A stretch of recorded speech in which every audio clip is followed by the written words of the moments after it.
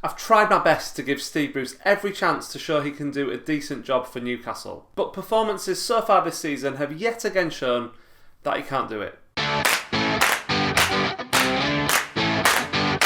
This weekend we travel to Molineux to face a Wolves team who have been a little hot and cold themselves this season. However, they have won their last two following a 4-0 hammering by the Hammers.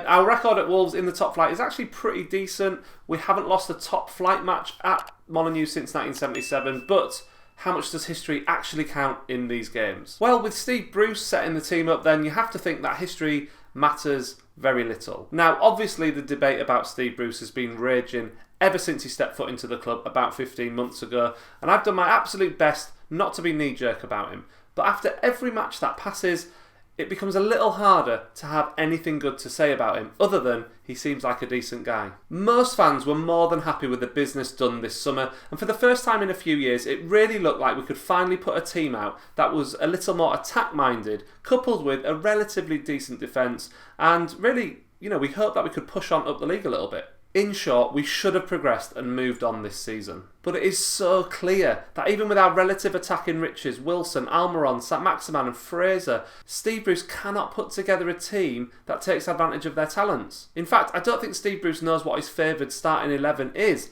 and that's massively concerning when we're so many games into the season. And more worrying is the fact that our defence statistics are in decline too. We're allowing far more shots at goal than we ever did under Rafa, and we're even conceding more goals too. I've always said with Bruce that he cannot remain lucky forever. At some point, all this is going to catch up with him and we'll end up in a prolonged run of bad results. So far that hasn't happened, thankfully, but the way we won a point at Spurs is a perfect example of how our truly desperate and awful performances have somehow resulted in positive results. We've done it time and time again under Bruce. And it's really the performances that fans have a huge issue with.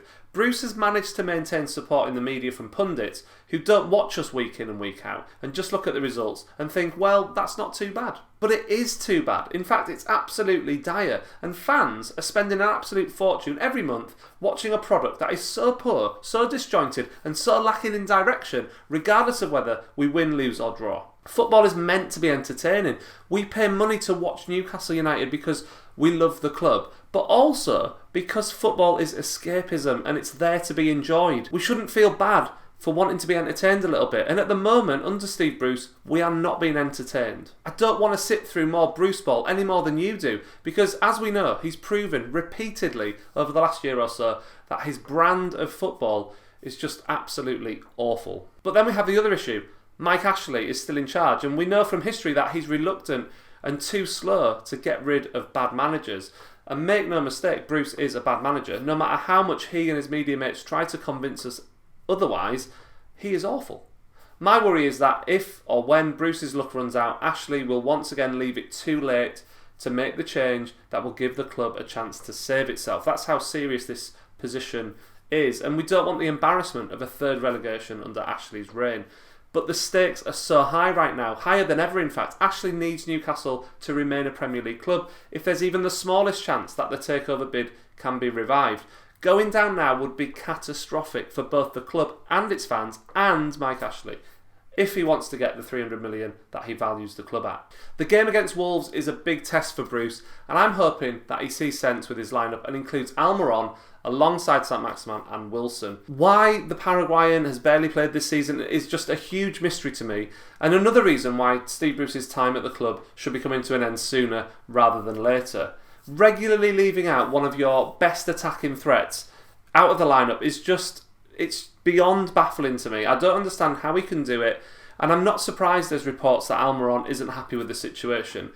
He must be looking at the team and thinking, how is Jeff Hendrick getting in the team ahead of me week in, week out? And it all comes down to Steve Bruce's tactics and the way that he believes that we can't have too many attacking players on the pitch. And it's just a nonsense, because we don't have too many attacking players on the pitch. And if we want to win games, we're going to have to score goals, because our defence is not doing the job it once was. So there's just massive issues, and Almiron, in my view, should be one of the first names on that team sheet. He's not above criticism. I've said it many times in the past that he needs to produce more in terms of assists and goals, but I think with Wilson in the team, he's likely to do that, and he should be playing more. What do you think about that? Do you want to see Almiron in the team? Let me know in the comments below. As for the match against Wolves, and in spite of what I've said about Bruce in this video, it wouldn't shock me at all if the team goes out when nobody's expecting anything and on the back of a woeful performance against Man United and pull off another shock result. However, it also wouldn't surprise me if we were on the end of a 3 or 4 goal battering too. It's just the way Newcastle is right now. Thank you very much for watching this video. If you've enjoyed it, please hit the like button and subscribe to this channel too, and I will see you really soon for another video.